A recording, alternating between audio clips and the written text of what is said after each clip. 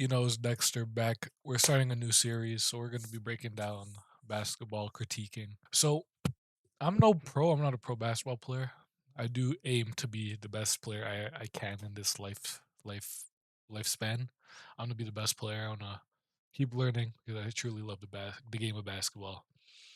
And I think it would help me as well as help my friends out to have them learn with me as well. And it also helps me by doing this, by learning what players think, what other people think.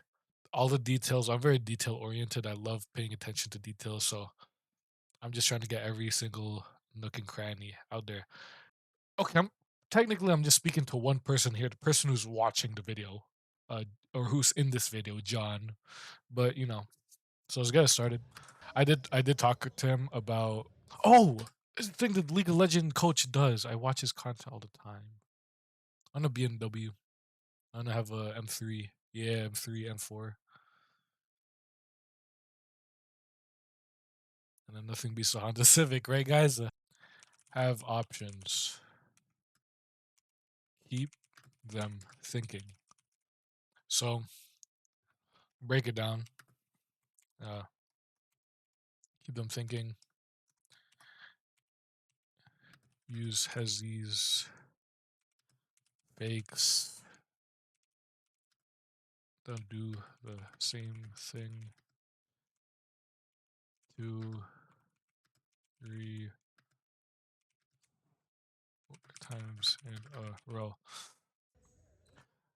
So I just wanted to experiment in this 1v1 because I did tell him I was going to record it and then probably break uh just deep into it once we're done. I gave him right. Obviously, if you're a right-handed scorer, you're um you're better laying it up on the right side as it's harder to lay it up on the left side because you either have to do a different type of layup on the right, which is a little more uncomfortable, or you have to switch it up to a left hand layup, and not everyone's 1-to-1 with their right to left hand. A lot of people's offhand is worse. So I just want to experiment. This is where the point where um, keep your opponent always on their toes. I know John, but what I can say here is I knew he wasn't. I knew he wasn't gonna just drive straight for a right hand layup, due to multiple I don't know the word. Due to multiple problems. If I'm trying to think what he's thinking, I assume that the defender will keep up on the drive and he won't have that open layup. He won't trust his speed, or he doesn't have the speed. Other options too, but mainly that. So he doesn't go for a drive. I could tell because he's not driving, so he doesn't run. He doesn't want to run. Maybe he's tired. I don't know a lot of different variables here. Variables, that's the word. So he does just really just do a couple steps in, then he does a breakdown. So this is where it's good to read your opponent. So I was just goofing around. My defensive stance is really bad here. But I did overstep right here. So now my momentum's going to John, like full on John. He did that behind the back way too late, and he eventually went back right. So if you're gonna use a behind the back, you should have just switched sides immediately. So he did use a behind the back, but he should have just stayed going. He should have just stayed switching sides because why behind the back if you're just gonna you did make your opponent think for a couple seconds, but it was way too slow for just you know take advantage of opponent's body position. Always read what you're. Always read. How do you say that? Body language, I guess. Language opponent. And I could go more into detail. The reason why it's good to attack top foot. See how my foot's closer to John, so it's in front. It's top foot. If John decided to attack my right, his left, he would have had a perfectly open lane. I'm still on this because it's a very important part when you want to attack the rim is to attack your opponent's weakness, obviously. So you'd, I don't know, I'm pointing like you guys would see the fucking screen. I'm, I have like a marker. Hold on, guys. Take a breather. He attacks to his left position to drive to his left. The reason why it's such an important um, move is because I have to flip my hips, which takes long. Okay, just to add on, because I did like talking about this topic. So when John did the behind the back can be used to fake a direction switch. So when John used the behind the back, it should have been used to really make your opponent bite. So when he did use the behind the back, if he's going right, use the behind the back to go left, or he could at least fake going left. And what that could have meant for the defender was going from your dribbler going to right, then to left. You got to do a whole movement, and then once you change your body position and change your angles and use all the energy to just change the position, that's when you'd go back right from faking left, and then you'd put your whole defender in a spin cycle and boom, just get a wide open shot and just shoot it. So that's also I just to add on because I really did like talking about this topic. So now he goes into driving motion. I want to go into as much detail as I possibly can. Just for point of reference, when you want to drive, you're gonna have to get way lower than that. Way lower. Okay. My internet's still not back, so I can't show you a reference image, but you know. Now he decides to give up the angle here. It's obviously dead. He's way too far to go from this side. So now that's when he's dead to rights, that's when he'll push to the middle. And that wasn't a bad spin. I did like this spin if you didn't want to get off my back. Then he does like a little see this? He doesn't fake, he just stays there in one spot and that like couple milliseconds cost you. He stops for a second there. See, he stops for a second there. Are you able to tell that? He stops for not even a second, like 0.25 seconds or whatever. He stops and that timing could be everything. Because then the defender would be able to keep up, or the defender would also be able to um read what you're trying to do. Have a plan before executing. But yeah, of course, we could argue that that was a shot fake. So when he looked up, but yes, it's very obvious that it is a shot fake. You just didn't sell it. He just didn't sell it enough for me to bite or for any defender to bite. It was more of like a last second like hoorah. It's more like a like we'll just throw this out, see what'll happen. That's why you gotta have a plan. That's what I just said. You gotta have a plan. If you want to really shot fake it, make sure you know it so you could mentally prepare yourself on the fake and how you're gonna execute it. And this wasn't a bad layup. That was an open look. But you see how close it wasn't a perfect contest. I doubt it was technically. It really put him in a very small, awkward position. I'm not saying it's a bad position to be in, but it's just he when you did that little like stop. I feel like if you didn't do that stop and just completely pivoted right into the layup, that would have been such a better look.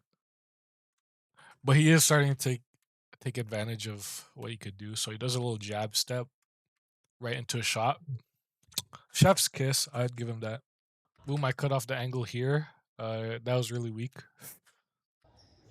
because he went in slow motion. Just be faster. I can't. I was also able to read because I'm starting to be able to tell what he's gonna do next. So boom, I harass him. I go for the reach. I knew he was just gonna keep pushing it. Well, he could if I am being that aggressive, and maybe you could do a step back, you could do a hezzy back. Try to regain a different angle if you're not in a favored position.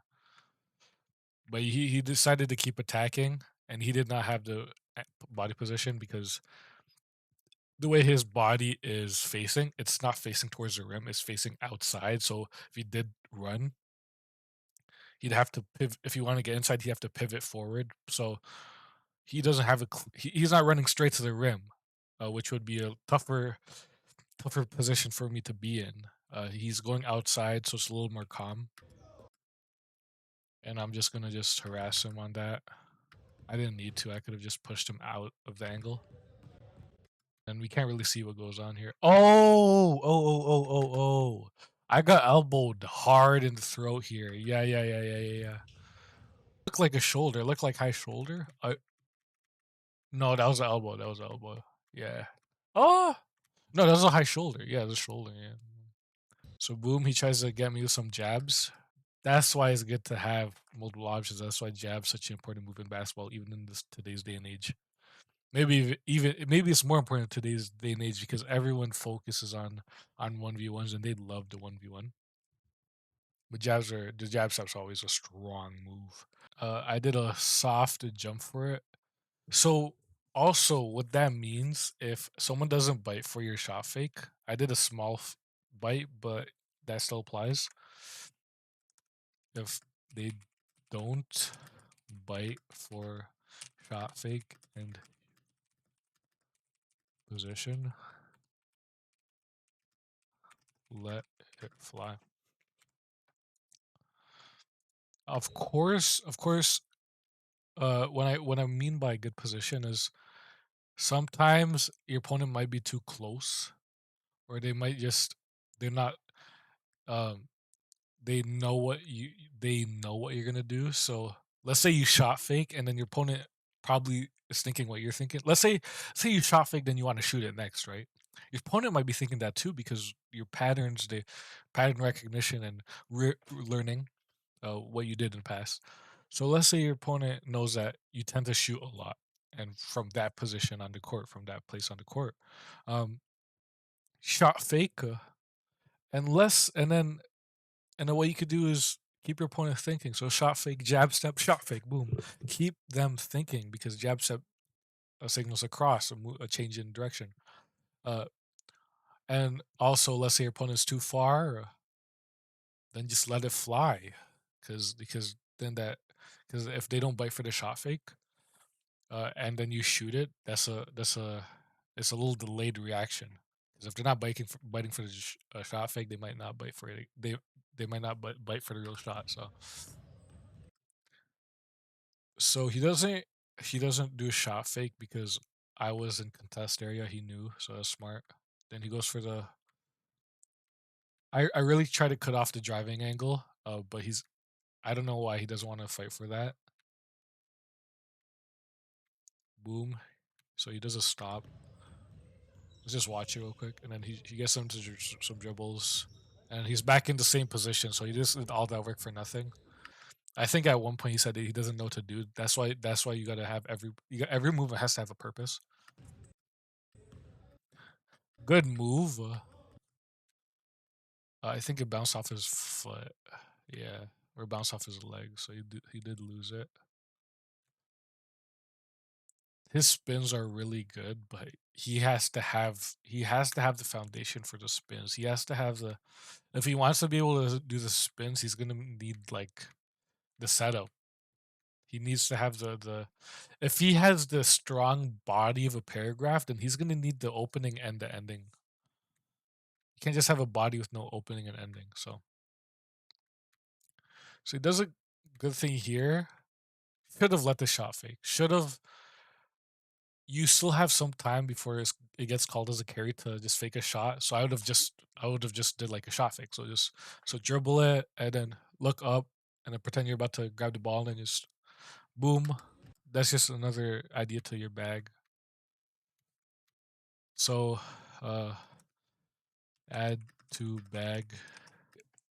Fake a shot off the dribble, especially off the dribble, off the dribble,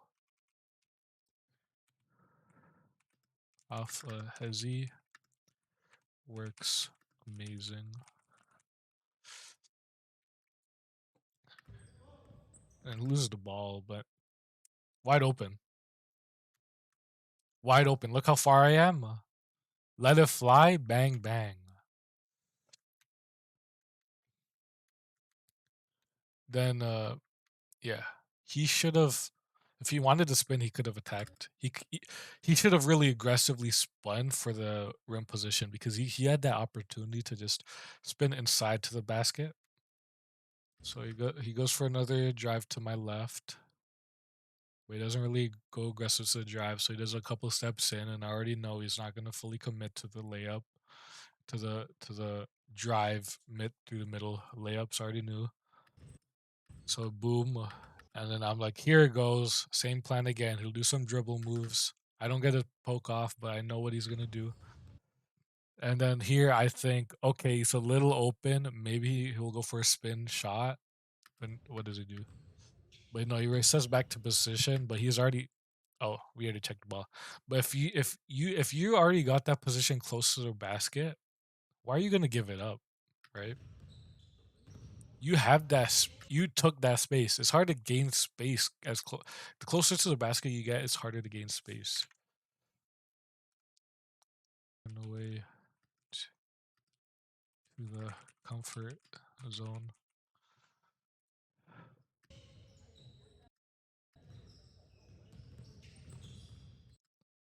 Boom. Good, good. That was I like that. To get some space off because you did should have pushed me off. Push off. You gotta start. You gotta be aggressive. So this was not a bad idea. So you pretend you're going right and you do a hard crossover to the left. Perfect cross step. Yeah, I have to call it cross step. So when you do crossover, see how the take notes for whoever is watching. This was a really good cross step because you go like this instead of just going with the left foot first. So this is a cross step. There's a crossover. The step you take with the crossover. This is really good. Then okay, I can see the vision here. I was slow, so if you're a little faster, you could have just drove and just pushed off of that. I would have just been in the dust. But he does have so then I come to recover. Okay. Gather one. Did I call that a gather? I guess so. Two, three. That's not a travel, it's a gather. Boom. Fake. Oh, oh my gosh. That might be the NBA. I might go to the NBA. Oof. Froze him. Got him in the blender. Got him in the blender, man. Oh my goodness. He's gonna resort to his right. Wide open angles here. I need that fucking marker here, here. So he has this whole spot open. Obviously, the defender me is gonna try to stop, but when you leave a spot, when you try to cover one spot, another spot's gonna open up. I would replace this with looking. I'd replace this with a shot fake. I'd replace the Hezi. I'd replace the Hezi with a shot fake, or you could just yeah. I'd replace the Hezi with a shot fake. Yeah, and then you just do it like between the legs. But he does get the backup space here. But he does lose the ball, so now he has to recover the ball. Then I covered the distance. And then now he disappeared into the darkness, and I assume he does a fade. I think he did a spin fade. Sorry, he did a spin fake, then a fade, or no, I think it was just spin fade. But it's stupid to say, but ultimately, it's easier to score the closer you are to the basket. A fadeaway is a last ditch effort to get a shot off. It's not always last ditch, but but ultimately a fadeaway gets you farther to the basket when it's easier to make shots closer. So that's why it's the last resort. Wait,